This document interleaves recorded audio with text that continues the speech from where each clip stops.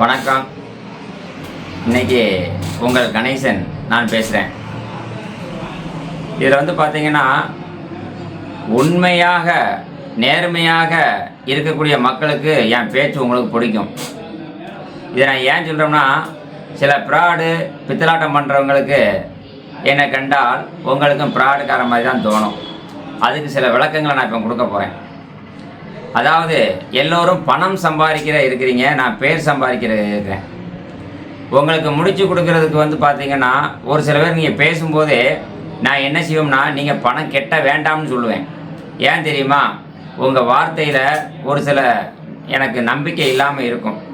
அதனால தான் உண்மை இல்லாமல் இருக்குது. அதனால் உண்மை இல்லாத ஆளுக்கு நான் முடிச்சு கொடுக்க விரும்பவில்லை. நம்பர் 1. இரண்டாவது விஷயம் பார்த்தீங்கன்னா, உங்களுக்கு முடிக்க முடியும் அப்படின்னு நினச்சா, சார் ஒரு 10 ரூபா பதிவு பண்ண ஒரு 10,000 ரூபா எனக்கு போட்டு விடுங்கன்னு சொல்லுவேன். ஏன் நான் 10,000 ரூபா கேட்குறேன் அப்படின்னா, 10,000 கேட்பேன், 20,000 கேட்பேன், அதுக்கு மேலேயும் கேட்பேன். ஏன்னா எனக்கு அந்த அளவுக்கு செலவுகளும் இருக்கும். என்னுடைய அலுவலகத்தில் இன்றைக்கு சூழ்நிலைக்கு 50 பேர் இருக்கிறாங்க வேலைக்கு. 50 பேரா என்ன அப்படியே நினைக்கிறீங்களா? ஆஃபீஸில் வந்து பாருங்கள். ஞாயிற்றுக்கிழமை தவிர மற்ற நாளில் வாங்க, எல்லாருமே ஆட்கள் இருப்பாங்க. இதை நான் ஏன் சொல்கிறேன் அப்படின்னா, ஏன் 50 பேர் வச்சுருக்கோம்னா, இன்றைக்கி ஒரே நாளையில் ஒருத்தர் வந்தாருன்னா 100 பொண்ணு எடுப்பேன், ஆளுக்கு 10 கொடுப்பேன். அரை மணி நேரத்தில் இந்த வேலையை முடிச்சிடலாம். அப்போ அதுக்காக தான் 50 பேர் வேலைக்கு போட்டிருக்கிறேன். சரிங்களா? அடுத்தபடியாக ஒரு விஷயத்தை நல்லா தெரிஞ்சுக்கோங்க. இப்போ ஒருத்தர் பேசுகிறார் காலையில், அவர் பணமே கட்டலை, அவர் நம்பரில் உள்ளே போட்டால் ஐடியே கிடையாது. 2 முறை பேசியிருக்கேன். பேசும்போது என்ன சொன்னார்னா, மனைவி, எல்லாரும் சொல்லக்கூடிய ஒரு வார்த்தை, மனைவி ஓடி போச்சு, மனைவியை வச்சுக்கிட்டே ஓடி போச்சு. தயவு செய்து அப்படி ஆளுகள் என்கிட்ட வர வேண்டாம். ஏன் இதை சொல்லும்னா, அது எனக்கு கெட்ட பேர். ஒருத்தருக்கு நான் தப்பாக செஞ்சு கொடுத்தோம்னா அடுத்த தொழிலே நான் பண்ண முடியாது, இந்த இடத்துல இருக்க முடியாது. அப்படி பணம் எனக்கு தேவையில்லை. நண்பர்களே, இப்போ இவர் பேசக்கூடிய நண்பர் 60 வயது ஆகுது அப்படின்னு சொல்கிறாப்புல.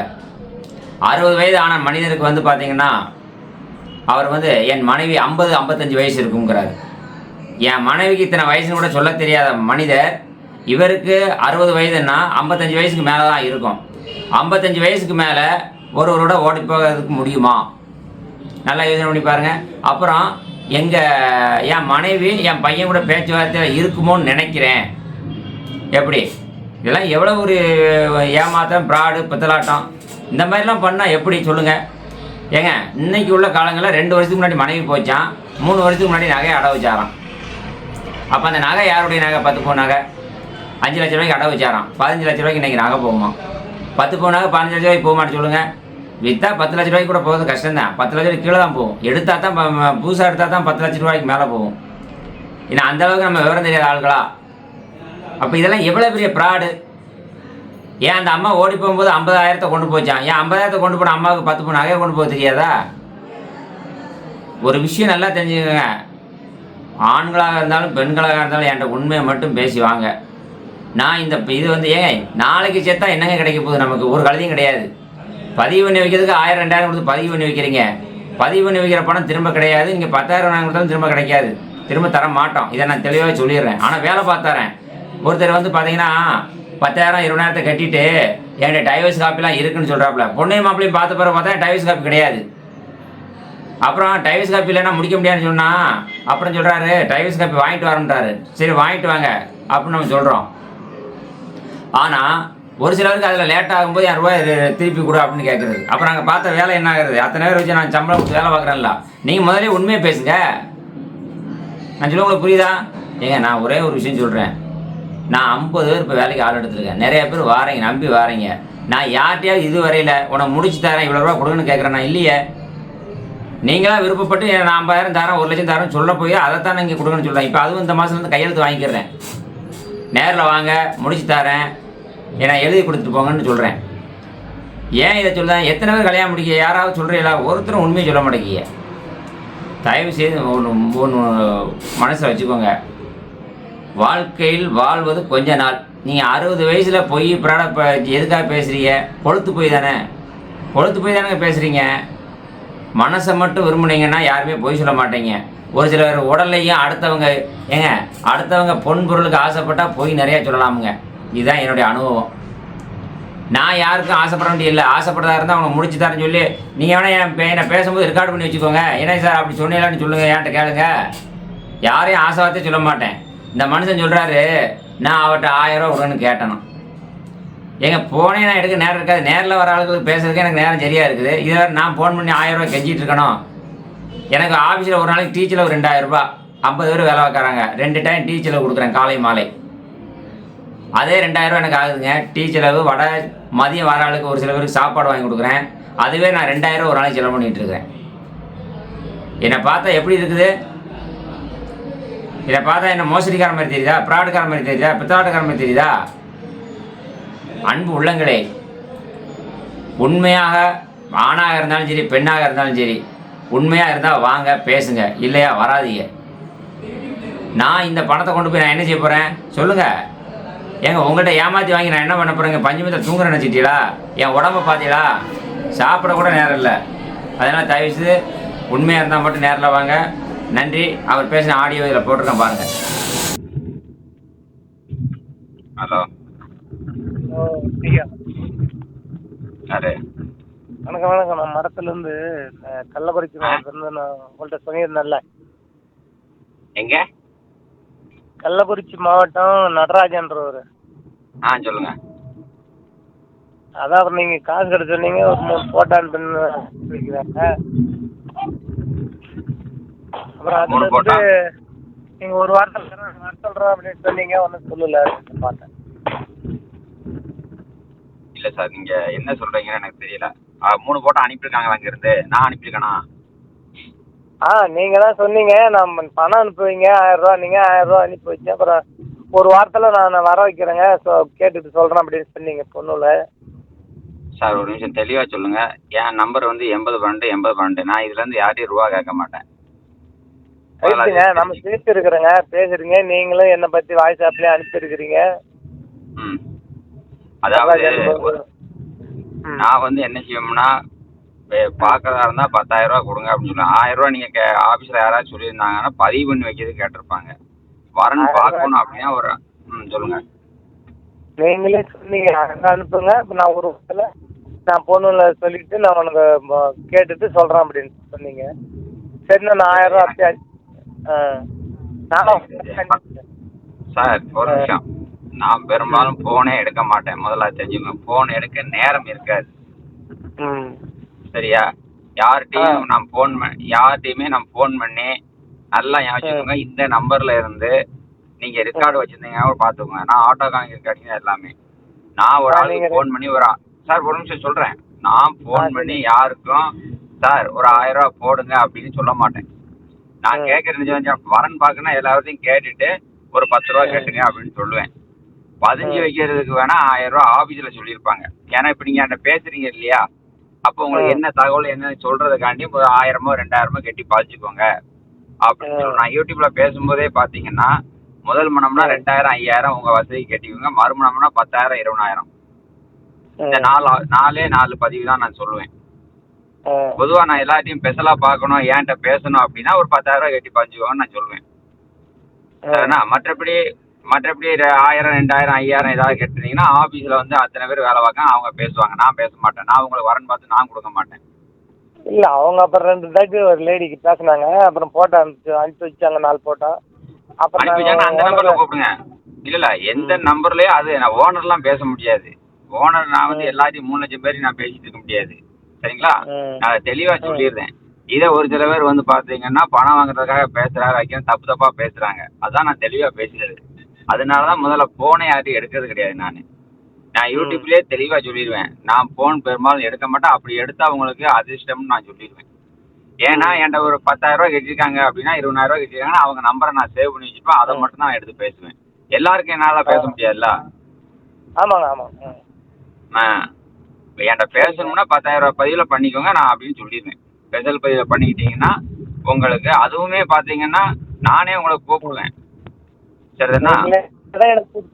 நீங்க வந்து பேசிட்டு முடியாதுன்னு சொல்லிட்டீங்க. அப்புறம் நீங்களே தான் கூப்பிட்டு சரி 1000 ரூபா கொடுங்க போட்டு விடுங்க, நான் வந்து அப்புறம் உங்களை ஒரு வாரத்தில் கூப்பிடுறேன் அப்படின்னு வந்து நேரில் பேசிக்கலாங்க. இல்லை நான் வந்து திரும்ப சொல்ல அந்த யூடியூப்ல கூட பாருங்க. நீங்க யூடியூப்ல பாருங்க. என்ன பார்க்கணும்? நம்ம பேசுனதை யூடியூப்பில் கூட ரிவைஸ் பண்ணி கூட பாருங்கள், இருக்கும். சார் நான் தெளிவாக தான் நான் சொல்கிறேன், சரியா? சரி. யார்கிட்டையுமே நான் ஃபோன் சார் நீங்கள் ஃபோன் போட்டால் தான் எடுக்க நேரம் இருக்காது. நான் எப்படி சார் பேச முடியும்? ஆஃபீஸ்லேருந்து யாராவது பேசியிருப்பாங்க, சரியா? என் பேர் கணேசன், நான் ஓனர் தான் பேசுகிறேன், சரியா? இப்போ உங்களுக்கு யாருக்கு வரேன்னு பார்க்கணும்? எனக்கு தாங்க, நான் தான் ஃபஸ்ட்லேயே சொல்லியிருந்தேன். நீங்கள் வந்து வீட்டில் இருக்க மனைவி பிள்ளைங்களால எதானதுன்னு சொல்லி நீங்களே யூடியூப்பில் போட்டீங்க. நீங்களும் சரின்னு சொன்னீங்க.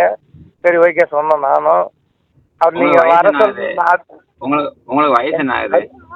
60 வயசு ஆச்சு. 60 வயசு ஆச்சா? ஆமாங்க. பென்ஷன் உள்ளவங்களாம் கேட்டிருந்தா நீங்கள் அதுக்கு தான் ஓகே சொன்னீங்க. சார் திரும்பவும் சொல்லுதேன், நான் வந்து 60 வயசு ஆச்சு அப்படின்னு சொல்லிட்டீங்க. நான் பேசின ஞாபகமே இல்லை, சரியா? இருந்தாலும் பரவாயில்ல சொல்கிறேன். உங்களுக்கு மனைவி என்னாச்சு? மனைவி போயிட்டாங்க வீட்டை விட்டு. வீட்டை விட்டு போயிட்டாங்களா? ஆமாங்க. எப்போ போனாங்க? போயிட்டு 2 வருஷத்துக்கு மேலே ஆயிடுச்சுங்க. இப்போ உங்களுக்கு 60 வயசு ஆகுது, 2 வருஷத்துக்கு முன்னாடி போயிட்டாங்க, அப்படி தானே? ஆமாங்க. சரி, குழந்தைகள் எத்தனை? அவன் ஒரே பையன் தான்.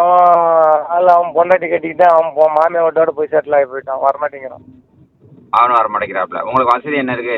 என்ன வேலை பாக்கிய? என்ன வசதி இருக்கு? அதான் விவசாயம் தான் பார்க்குறேன். எனக்கு வீடு ஒரு 10 லட்ச ரூபாய்க்கு வீடு இருக்கு. காடு ஒரு 40-50 லட்ச ரூபா வரும். ஆனால் அவன் பையன் பேரில் எழுதிட்டான். எங்கள் அம்மா ஒயில் பத்திரம் எழுதி விட்டாங்க. அதாவது பையன் பேர்ல காடு வேற இருக்கு, வீடு எல்லாமே பையன் பேர்ல இருக்கு. உங்க பேர்ல என்ன இருக்கு? வீடு என் பேரில் இருக்குங்க. வீடு தான் என் பேரில் இருக்கு. பையன் பேரில் காடு தான். வீடு நீங்க அந்த வீடு வந்து நீங்க உழைச்சி எடுத்த இடமா இல்ல உங்க அப்பா அம்மா கூட தான்? ஆமாம். எங்கள் அப்பா அம்மா வாங்கினாங்க. எனக்கும் என் தம்பிக்கும் பாகம் வச்சுன்னு நாங்கள் வந்து அப்புறம் அவங்க எங்களுக்குள்ளே என் தம்பிக்கு வேறு இடம் வாங்கி விட்டு நானும் எனக்கு இது சொந்தமான என் பேரில் பட்டா இருக்குங்க.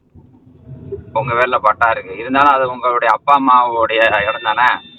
ஆமாம். முதல் இடம் தான். நாங்கள் எங்களுக்குள்ள பங்கு பிரித்து என் மேலே தான் பட்டா ஏற்றிக்கிட்டோம். பட்டா ஏற்றி உங்க பேர்ல நீங்க பட்டா ஏற்றிக்கிட்டாலும் உங்க அந்த இடத்த விற்கணும்னா உங்க பையனுடைய கையெழுத்து வேணும், அப்படித்தானே? தேவையில்லை. ஏன்னா நான் சுயமாக தானே வாங்கினோம். அதை நீங்க சுயமா வாங்கினது கிடையாது சார். அது உங்களுடைய தாத்தா பாட்டியோட இடம், உங்க அப்பா அம்மா இடம்.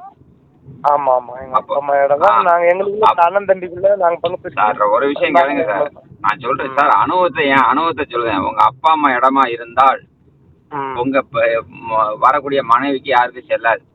அது வந்து என்ன ஆகும்னு கேட்டீங்கன்னா உங்க பையனுக்கு தான் அது, சரிதானே? உங்க பையன் கையெழுத்து போட்டு கொடுக்கணும், இல்லைன்னா செல்லாது, சரியா?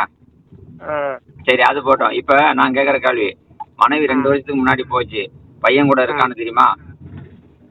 அது அவங்களுக்குள்ள ஃபோனில் தான் பேசிக்கிறாங்களா, எங்கே இருக்குதுன்னு தெரியாதுன்னு சொல்கிறோம் அவன் நான் கேட்டாக்க. ஓ, அதுவும் தெரியாது. அதாவது ஒரு விஷயம் கேளுங்க, மனைவி இப்போ நீங்கள் இப்போ உங்களுக்கு என்ன தேவை? எனக்கு தேவை என்ன, சோறு ரொம்ப ஆக்கி வச்சுக்கிட்டு பார்த்துட்டு இருந்தால் போதும். அதுக்கு ஒரு வேலைக்காரி மாதிரி வேணும். அப்படியெல்லாம் தேவையில்லை. நம்மளுக்கு லாஸ்ட் வரலையுமே குடியிருக்க வரலையும் கூடையாக இருக்கிறதையும் அவங்களுக்கு துணையா நானும் என்ன பட்டாங்களும் ஒருத்தருக்கு. சரி, அப்போ கல்யாணம் முடிச்சுக்கிருவீங்க? ஆமாம். சரி, முதல் மனைவி உயிரோட இருக்கும்போது கல்யாணம் முடிச்சா என்னையும் உங்களையும் தூக்கி உள்ள வைக்க மாட்டாங்களா? தூக்கிங்கன்னா அப்புறம் அவங்க இஷ்டத்துக்கு அவங்க போயிட்டாங்களா, அப்புறம் நம்ம என்ன பண்ண, எத்தனை நாளைக்கு தான் நம்ம வந்து இது பண்ண முடியும்? எங்க முதல்ல உண்மையை பேசுங்க. இங்க கேளுங்க, முதல்ல மனைவி போச்சுன்னு சொல்லி எங்க இருக்குன்னு தெரியுமா தெரியாதா? தெரியலீங்க. அதாவது இன்னொருத்தருக்கு போனது எப்படி தெரியுங்க? எங்க உங்களுக்கு வயசு, உங்க வீட்டம்மாவுக்கு வயசு என்ன? அவங்களுக்கு 50-55 வயசு வரும். 50-55 வயசு.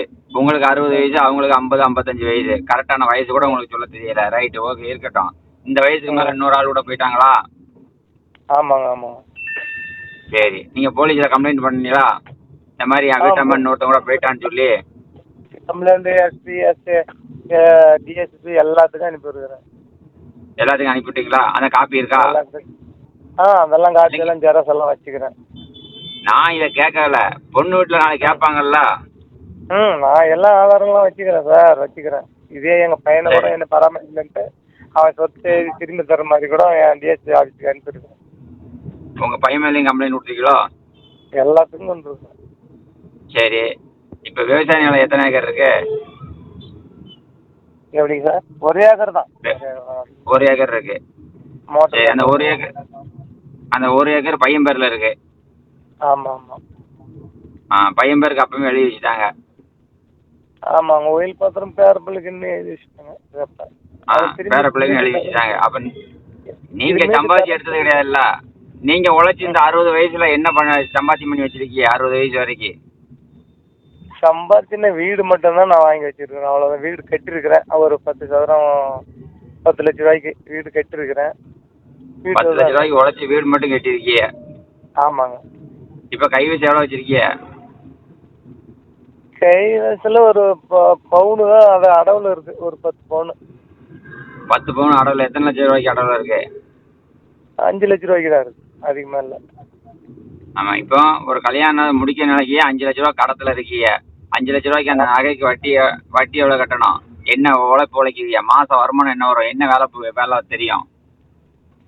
நான் எந்த வேலைனாலும் செய்வேன், அப்படியே ஒரு கூலி வேலைக்கு போவேன், கரும்பட்டு போவேன், அங்கே போவேன், இங்கே போவேன், இதெல்லாம் கிடைக்கிற வேலை. நான் கேட்கல, இதை நான் கேட்க மாட்டேன். ஒரு பொண்ணுகிட்ட பேசணும்னா அவர் என்ன வேலை பார்க்காரு, என் மாதம் என்ன வருமானம் வருது, இப்பவே 5 லட்ச ரூபா கடன்ல இருக்காரு, அவருக்கு நான் உழைச்சி போடணுமா அப்படின்னு கேட்டிருப்பாரு. இப்படி ஆளுகளுக்கு நான் என்ன சொல்லணும்னா, முதல்ல ஐயா நீங்க பணம் எதுவும் கட்ட வேண்டாம்னு சொல்லியிருப்பேன்.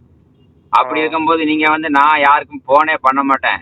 இந்த யூடியூப்ல பாக்குற ஆள் எல்லாத்துக்கும் தெரியும், யாருக்குமே நான் போன் பண்ண மாட்டேன். 10,000 20,000 கட்டியிருப்பாங்க, அவங்க நம்பர் நான் என் செல்ல பதிஞ்சிருப்பேன். அவங்க போட்டாங்கன்னா எடுத்து பேசுவேன், அவங்களுக்கு நான் வேலை பார்ப்பேன், அவங்களுக்கு நான் பேசுவேன். பணமே கட்டாத உங்களுக்கு எப்படி நான் பேசுவேன்?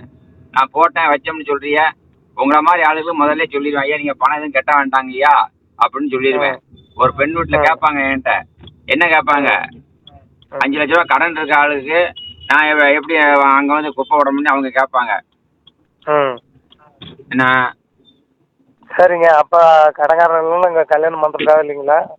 அப்புறம் திரும்பி பாடுபட்டு அது மீட்க மாட்டோமா? 10 பவுன் இன்னைக்கு விற்கிறப்போ இல்லை இதுக்கு விட்டுருவாங்களா அப்படியே? வச்சு முழுக்க மாட்டாங்களா? 10 பவுன் சரி சரி 10 பவுனும் 15 லட்ச ரூபா இல்லைங்களா? இன்னைக்கு 15 லட்ச ரூபாய் அப்படியே விட்டுருவோம். சம்பாதிச்சு மூக்கிட்டு தான் மூட்டு தான். சரி சரிங்க. 10 பவுன் 15 லட்சம் ஆச்சா? ஆமாம், நீ தான் 1.5 லட்ச ரூபா இருக்குதுங்க பவுனு. சரி சரி. அப்படியே பாதி பவுன் விற்றா கூட பாதி பவுன் மீதி பவுன் வச்சிருக்க மாட்டேன்னா. சரி. மீட்டுக்கிட்டு. இப்போ வேலை வந்து கூலி வேலை தான் பார்ப்பீங்க? ஆமாங்க. சரி. அதே இல்லைனாலும் நம்மளுக்கு வருமானம் இருக்கு, சாப்பாட்டுக்கு வருமானம் வரும். சரி சரி சரி. அதாவது உங்களை மாதிரி ஆளுக்கெல்லாம் நான் என்ன சொல்லுவேன்னா, பணம் எதுவும் கட்ட வேண்டாம்னு முதல்ல சொல்லிடுவேன். சொல்லு, புரியுதா? ஆமாம், பணம் எதுவும் நீங்கள் கட்ட வேண்டாங்க ஐயா அப்படிங்கிறத முதல்ல சொல்லிடுவேன். சரியா? ஆனால் நீங்கள் சொல்லி தான் நான் கட்டுறேன். அவர் பெரிய திரும்ப பொய்ய சொல்லாதீங்க, எனக்கு பிடிக்காத வார்த்தை. ஏங்க பொய் சொல்லுங்க. அப்புறம் நான் கேட்டால் 10,000 தாங்க கேட்பேன். நான் கேட்டால் 10 உங்களுக்கு கேளுங்க. நல்ல உண்மையை பேசக்கூடிய ஆளாக இருந்தா எனக்கு முதல்ல தெரியும். சரிங்க, ஒரு 10 ரூபா போட்டுக்கணும்னு சொல்லுவேன். இல்லைன்னா பிச்சைக்காரன் மாதிரி 500 1000 வாங்கிட்டு வேலை பார்க்க முடியாதுங்க. திரும்ப நான் பேசுறேன்னு சொல்லக்கூடாது. எனக்கு போய் பேசுனா முதல்ல பிடிக்காத வார்த்தை. சரி, உங்கள் வாட்ஸ்அப்பில் நீங்கள் உண்மையாக தான் பேசுகிறீங்க. நான் பொய்யே பேசுகிறேன். நீங்கள் வச்சுங்க, காசை வாங்கிட்டு 1000 ரூபா வாங்கிட்டு பொய் பேசுகிறேன்னு என்ன சொல்கிறீங்க? சரி இருக்கட்டும், உங்கள் நாயம் அப்படியே இருக்கட்டும், விடுங்க. நீங்கள் உண்மையாக தான் பேசுகிறீங்க. 60 வயசுல ஒரு மனைவி 55 வயசுல வந்து 50 வயசு இருக்கும், 55 வயசு இருக்கும்னு ஒரு கரெக்டான வயசு சொல்ல தெரிய மாட்டேங்குது. மனைவி போயிட்டா 2 வருஷம் ஆச்சுன்னு சொல்கிறீங்க. 2 வருஷம் ஆச்சுன்னா மனைவியை ஸ்டேஷனில் கம்ப்ளைண்ட் கொடுத்துருக்கோம்னு சொல்கிறீங்க. இந்த 2 வருஷமாக தேடிட்டு இருக்கீங்க. மகன்கிட்ட பேசுகிறாரா இல்லையான்னு தெரியாதுன்னு சொல்கிறீங்க. மகனுக்கு உங்களுக்கு அண்டர்ஸ்டாண்டிங்களா? உங்களுக்கு ஒரு பொண்ணை பார்த்து வச்சா அந்த பெண் வீட்டில் வந்து நிம்மதியாக இருக்க முடியுமா? இருக்க விடுவாங்களா? உங்கள் பேரில் உழைச்சி என்ன வச்சுருக்கீங்க? தண்ணி அடிப்பீங்களா? நான் எதுவும் பண்ண மாட்டேன். நிம்மதியாக இருக்க முடியாதுங்களா? கல்யாணம் பண்ணிட்டு வரோம், அந்த திறமை இல்லாதவன் அப்புறம் அதுக்காக பண்ணுறாங்க. திறமை இல்லைன்னா வீட்டில் எதிரி சமாளிக்கக்கூடிய சக்தி இல்லைன்னுச்சுன்னா எப்படி இங்கே கேட்குறாங்க அதை? சரி, உங்கள் பேரில் என்னங்க இருக்குது? வீடு ஒன்று இருக்குதுன்னு சொல்றீங்க. வீடுமே வந்து பார்த்தீங்கன்னா நீங்கள் எடுத்த இடம் கிடையாது. இந்த 60 வயசு வரைக்கும் நீங்கள் என்ன உழைச்சி வச்சுருக்கீங்க? அப்புறம் தான் பவுன் வாங்கி வச்சுக்கிறேன், வீட்டை கட்டி வச்சுக்கிறேன். அது உங்கள் நீங்கள் வாங்கின பவுனா இல்லை உங்கள் வீட்டம்மாக்குள்ள நகையா? நாளைக்கு உங்கள் வீட்டம்மா வந்து கேட்டால் என்ன சொல்லுவீங்க? ஏங்க, என் சொந்த சம்பாரத்தில் நான் பண்ணுறது. அவன் பவுன் எல்லாம் நம்மளாம் வச்சுக்கிறது கிடையாது. ஆ சரி. பவுனு அந்த காலத்துல பவுனு போடுறதுக்கு இதே இல்லை, இப்பதானே பவுன் போடுறாங்க. சரிங்க, இதெல்லாம் பவுன் இருக்கட்டும். இல்லை. உங்களுக்கு கல்யாணம் முடிஞ்சது சொந்தமா அந்நியமா? அண்ணியும் தான், சொந்தமெல்லாம் கிடையாது. எந்த ஊர்? அவங்க வந்து பெங்களூர். பெங்களூர். நீங்கள் இருக்கிற எந்த ஊர்? நான் வந்து கள்ளக்குறிச்சி மாவட்டத்தில் மடத்தில் இருக்கிறேன். ஆ மடத்துலையா? கள்ளக்குறிச்சிக்கும் பெங்களூருக்கும் எப்படி சம்மந்தம் பண்ணிய? எங்கள் பெரியம்மா பையன் அவர் வந்து, நான் சின்ன பையன், எங்கள் அப்பா சின்ன வயசுல செத்து போயிட்டாரு. அதனால அண்ணன் பார்த்துக்கு எனக்கு கல்யாணம் பண்ணி வச்சாரு. சரி எங்கள் பெரியம்மாவை. சரி. நீங்கள் சொந்த பந்தங்களை விசாரிச்சீங்களா? எல்லாம் விசாரிச்சு பார்த்தாச்சுங்க. ஆ இருக்கிற இடம் தெரியல. இருக்கிற இடம் தெரியலையா? அந்த அன்னைக்கே உங்கள்கிட்ட இதே வார்த்தை தான் கேட்டேன். அதுக்கப்புறம் எனக்கு அனுப்பி வைங்கன்னு சொன்னேன். அனுப்பி வச்சீங்களா அந்த ரெக்கார்டெல்லாம்? உங்களுக்கு தான் அப்புறம் நீங்கள் கேட்டீங்க, ஆதார் கார்டு ரேஷன் கார்டு இதெல்லாம் அனுப்ப சொன்னீங்க, அனுப்பி வச்சுருக்கிறேன். இந்த நம்பருக்கு அனுப்பி வச்சிருக்கீங்க? 15 இருக்கிற நம்பருக்கு அனுப்பி வச்சு. இதில் அந்த 15 இப்போ காசு இல்லை. 15? லாஸ்ட்டு 55 15 இருக்குங்க. யாருக்குண்ணா? உங்கள் நம்பரா? என் நம்பர் நீங்கள் 7 நம்பர் வச்சுருந்தா 7 நம்பர் நான் பார்க்கறதுக்கு எனக்கு நேரம்லாம் கிடையாது. சரியா? முதல்ல ஒரு விஷயம் நல்லா தெரிஞ்சுக்கோங்க. நான் யார்ட்டையும் தேவையில்லாமல் பேச மாட்டேன். உங்கள் ஃபோன் இன்னைக்கு காலையில் நான் காரில் வாரதுனால எடுத்தேன். இல்லைன்னா பெரும்பாலும் நான் எடுக்க மாட்டேன். சொல்ல புரியுதா? எனக்கெல்லாம் இந்த மாதிரி வெட்டியாக ஒரு சில பேர் சொல்லுதான், இந்த மாதிரி வெட்டியாக பேசுறதுக்கு ஒருத்தங்க பேசி முடிக்க வேண்டியானா அப்படின்னு கேட்குறாங்க. ஒரு ஃபோன் எடுத்தால் ஒரு ஆத்திர அவசரத்துக்கு நம்ம ஒரு ஃபோன் எடுத்தோம்னா வெட்டியாக தான் பேச வேண்டியிருக்குது. இதே தானே அன்னைக்கு அரை மணி நேரம் பேசினீங்க. அன்னைக்கு அரை மணி நேரம் பேசினீங்க. அன்னைக்கே என்ன சொன்னேன்? பணங்கணும் கட்ட வேண்டாம், வந்தால் சொல்லணும்னு சொன்னா இல்லையா? இல்லை நீங்கள் சொல்லிட்டு மொதல் நீங்கள் சொல்லிட்டீங்க, அப்புறம் திரும்பி மறுநாள் நீங்களே ஃபோன் பண்ணி கட்டுங்கன்னு சொன்னீங்க. ஏங்க திரும்பவும் நான் சொல்கிறேன், திரும்ப அதை சொல்லாதீங்கன்னு சொன்னேன். ஏன்டா 50 பேர் இங்கே வேலை பார்க்குறாங்க. நீங்களா ஒரு சில பேர் நான் வேண்டான்னு சொன்னாலும் ஒரு சில பேர் ஒரு 1000 ரூபாய் போட்டுட்டு என்ன படுத்திக்கிட்டு இருக்கீங்க. சொல்ல புரியுதா? நீங்கள் உங்கள் அனுமதி இல்லாத நான் போடவே இல்லைங்க. நீங்கள் உங்கள் வாட்ஸ்அப் நம்பர் கொடுத்து தாங்க போட்டோம். எப்படி? நீங்கள் உங்கள் வாட்ஸ்அப் நம்பர் நீங்கள் சொல்லி தான் உங்களுக்கு நாங்கள் போட்டு விட்டோம். அப்புறம் நாங்கள் வெட்டியாக அனுப்பி விட்றோம்னா வெட்டியாக எங்கள்கிட்ட பணம் மிச்சமாகி போச்சுன்னு அனுப்புகிறோம். நீங்கள் எது அனுப்புறீங்கன்னு எனக்கு தெரியாது. நான் பேசுகிற ரெக்கார்டு தான் எனக்கு அனுப்பி விடுங்க. அந்த டேட்டில் நான் என்ன போட்டு எவ்வளோ நாள் ஆகுது? போட்டு இப்போ 2 மாதம் ஆகும். 6வது மாதம் போட்டோம்னு நினைக்கிறேன். 6வது மாதமா? ஆமாம். 6வது மாதம் போட்டால் 2 மாதம் ஆச்சா? இது 7வது மாதம் தானேங்கய்யா? நீங்கள் 6வது மாதம் போட்டால் இது 7வது மாதம் தானே? எப்படி 2 மாதம் இருக்கும்? 1 மாதம் கூட இருக்காத. ஏங்க நெட்டில் அனுப்புனதே நாங்கள் இப்போ நான் சரி பண்ணி 2 மாதம் எப்படிங்க இருக்கும்? நீங்கள் என்ன 6வது மாதம் போட்டால் இன்னைக்கு தேதி என்ன? இன்னைக்கு 21 தானே? 21 தான். எல்லாம் பொய்யா பேசுங்க. அனுப்பின டேட்டு உங்களுக்கு நான் சொல்கிறேன் இருங்க. அனுப்பின டேட்டை நான் அந்த செல்லுல இருந்து அனுப்பினேன். பெரியசாமிங்கிற ஒரு செல்லுல இருந்து நான் அந்த டேட்டா எடுத்து நான் நாளைக்கு சொல்கிறேன். நாளைக்கு சொல்கிறீங்களா? உங்களுக்கு எத்தனை செல்லு வச்சுருக்கீங்க? நான் என் செல்லு தான். என் செல்லு பணம் அனுப்புகிற இது இல்லை. அதனால எங்கள் அக்கா பையன் போட்டு அனுப்புனேன். இப்போ தான் சொன்னீங்க நான் 2 செல்லு வச்சுருக்கேன். இப்போ அக்கா பையன் சொல்கிறீங்க. இந்த நம்பர் ஒன்று 55 15 ஒன்று வச்சுக்கிறேன். அந்த 2 செல்லும் என் செல்லுலேயே தான் இருக்கும். இந்த பணம் அனுப்புகிற இது இல்லை. அதுதான் நான் சொன்னேன். வச்சுருக்கேன் நான். அதாவது முதல்ல உங்கள் மனைவியுடைய விவரம் என்னன்னு கண்டுபிடிங்க. சரியா? சரி வைங்க. எனக்கு பேசி பணத்தை வாங்கிட்டீங்களா? நீங்கள் காரணத்துக்கு எதுனாலும் சொல்லிட்டு உட்காருங்க. வாங்கிட்டு நான் வாங்கலைங்கிற, நான் பேசலைங்கிற, என்னென்னமோ நீ பித்தலாட்டம் பேசக்கூடாதுங்கிற, பித்தலாட்டம் அதிகமாக பித்தலாட்டமே நீட்டு பேசுறீங்க. யாரு பித்தலாட்டம் பண்ணுறது? நீங்கள் தான் பண்ணுறீங்க. என்ன பண்ணுறாங்க? நீங்கள் நான் இது பண்ண முடியாதுன்னா அப்புறம் திரும்பி மறுநாள் கூப்பிட்டு பணத்தை போட்டு விடுங்க. அப்புறம் ஒரு வாரத்தில் ஒன்று கூப்பிட்றேன். நீங்கள் அப்புறம் எல்லாமே போய் பேசுகிறேன் அப்படிங்கிறீங்க. நானே போய் பேசுகிறேன். எப்படி? நான் போய் பேசுகிறேன்னு நீங்கள் சொல்கிறீங்க. நீங்களே நீங்கள் வந்து அன்றைக்கி முடியாதுன்ட்டீங்க. மறுநாள் நீங்கள் கூப்பிட்டு நீங்களே இப்போ பணம் 1000 ரூபா அனுப்புங்க, ஒரு வாரம் கழிச்சு கூப்பிட்றேன். நீங்கள் அப்புறம் பணம் அனுப்புன பார்த்து நீ எனக்கு அனுப்பலை, யாருக்கா அனுப்புன அப்படின்னு நீங்கள் உங்கள் நம்பர் சொல்லாதே நான் பணம் அனுப்புனேன். ஏங்க எங்கள் ஆஃபீஸ் நான் என்னதுல அந்த ரெக்கார்டு முதல்ல அந்த இதை அனுப்புன்னு சொல்கிறேன்ல. அனுப்புன தேதி நான் உங்களுக்கு சொல்கிறேன். அதை அனுப்புங்க. நான் வாய்ஸ் மெசேஜ் போட்டிருக்கேன்னு பாருங்கள் முதல்ல. நீங்கள் இப்போ ஆஃபீஸில் கேட்டிருந்தாங்கன்னா பதிவு பண்ணி வைக்கிறதுக்கு 1000 ரூபா நீங்கள் கட்டியிருப்பீங்க. பதிவே நான் யூடியூப்பில் என்ன சொல்கிறேன், முதல் மணம்னா 2000 5000 கட்டுங்க, மறுமணம்னா 10,000 20,000. அப்போ தான் வேலை பார்க்க முடியும். உங்களுக்கு நான் 1000 ரூபாய் வாங்கிட்டு இப்படி மணிக்கணக்கில் பேசிகிட்டு இருக்க முடியுமா வெட்டியா? அதான் வெட்டியே பேச தெரியாது தான் நீங்கள் பேசி நீங்கள் வந்து பணத்தை வாங்கிட்டு அதே இதையும் சொல்லிட்டு இருக்கீங்க. சரி வைங்க, நான் பணம் என்ன டேட்டில் அனுப்புறேன்னு சொல்கிறேன். இப்படி பேசினா நல்லா இருக்கும். நல்லதாக தான் இருக்கும். நீங்கள் உண்மை பேசணும் நீங்கள் ஏகப்பட்ட போய் பேசுறீங்க. ஏகப்பட்டவரை யாரை ஏமாத்துறாங்க? அப்புறம் என்னையே தான் அப்புறம் 1000 ரூபாய் பணம் வாங்கிட்டு நீ யாரு எவரு என்னன்னு ஏங்க, அன்னைக்கே நான் பேசும்போது தெளிவாக தானே பேசியிருக்கேன். பொண்ணு எல்லாத்துக்கும் நான் யூடியூப்ல பேசும்போது சொல்றதான். ஏங்க ஒரு ஹலோ, இங்க பாருங்க, கரெக்டா இருந்தா தான் நான் செஞ்சு கொடுப்பேன்னு சொல்லியிருக்கிறேன். பொண்டாட்டி இருக்கு. ஒரு நிமிஷம் நான் சொல்ல கேளுங்க. நான் சொல்ல நீங்க கேளுங்க. உங்களுக்கு பொண்டாட்டி ஏங்க, நான் சொல்ல நீங்க கேளுங்க. நான் சொல்றது நீங்க கேளுங்க. தெளிவா சொல்றேன். உங்களுடைய மனைவி போடி போச்சுன்னு சொல்றீங்க. இப்படித்தான் இன்னொருத்தர் சொன்னாரு. கடைசி பார்த்தா அங்க பொண்டாட்டியும் பையனும் ஒண்ணா இருக்காங்க.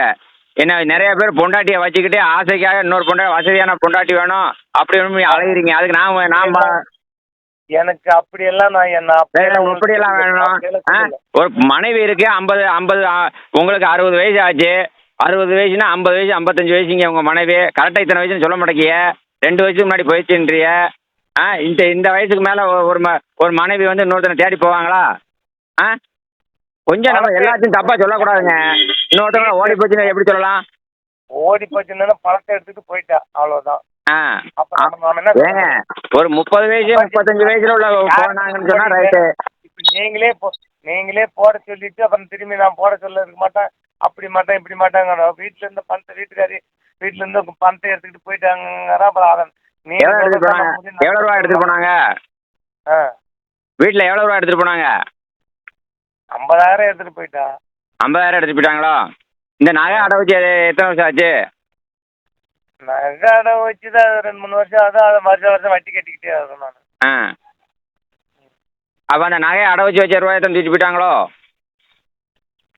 இல்ல அந்த பணத்தெல்லாம் தூக்கிட்டு போகல. சம்பாரிச்சு வச்சு இந்த பணத்தை தான் தூக்கிட்டு போயிட்டேன். ஏங்க நீங்க மனைவி 2-3 வருஷம் ஆச்சு, மனைவி போய் 2 வருஷம் ஆச்சு. அப்பதான் உங்க இந்த 50,000 தூக்கிட்டு போற மனைவி தான் அந்த நகையை 10 பவுன் நகையை தூக்கிட்டு போயிருக்கலாமே. நகை பேங்க்ல இருக்கிற பணத்தை எப்படிங்க எடுத்துட்டு போக முடியும்? பேங்க்ல அடவுல வச்சுக்கிற நகை அதுக்கு முன்னாடி உங்ககிட்ட தான் இருந்துச்சு. ஏங்க குற்றம் பண்ற கேள்வி எல்லாம் கேட்காதீங்க. நகையெல்லாம் அடவுல வச்சு அது ஏற்கனவே நான் அதாங்க அடவுல வைக்க முன்னாடி அவன் நினைச்சா தூக்கி போயிருக்கலாம்ல. என்னத்த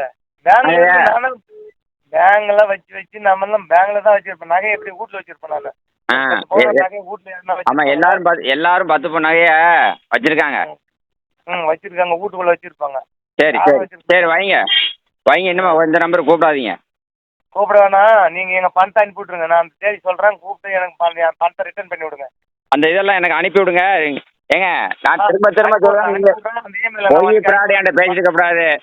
நான் திரும்ப சொல்லுவேன். எனக்கு நீங்க அனுப்பலாம்னு சொல்றேன். இப்போ அனுப்பணும்னா எந்த நம்பருக்கு அனுப்புனீங்களோ அந்த நம்பருக்கு பாருங்க. நேற்று ஒருத்தன் இப்படி தான் கோயம்புத்தூர்ல பணத்தை கட்டிட்டு இங்க வந்து கேட்குறேன். கோயம்புத்தூர்ல பணத்தை கட்டிட்டு கேட்கல. நான் நீங்க தான் கணேசன். நீங்க தான் அதான் என்ன சொல்றேன். எல்லாத்தையும் எனக்கு அனுப்பி விடுங்கன்னு சொன்னா இல்லையா? திரும்ப என்கிட்ட பேசிட்டு இருக்கக்கூடாது. இப்ப 6வது மாசம் அனுப்புனா 2 மாசம் ஆச்சுன்னு சொல்றீங்க. 6வது மாசம் போன மாசம், இது 7வது மாசம். 7வது மாசம் 21ஆம் தேதி ஆகுது. 6வது மாசம் அனுப்புனாக்க 7வது மாசம் ஒரே மாசம் தான். நிறைய பேரு தண்ணியை போட்டுட்டு தான் பேசுறீங்க. அதான் போனே எடுக்கிறது கிடையாது. நீங்க தான் தண்ணி போட்டுருக்கீங்க. நீங்க தண்ணி போட்டு தான் எனக்கு போட்டே குழப்பறீங்க. தண்ணி காலையில தண்ணி கடை தர்றேன். என்னன்னு எனக்கு தெரியாது. சரி வைங்க. இனிமே இந்த நம்பர் கூப்பிடாதீங்க.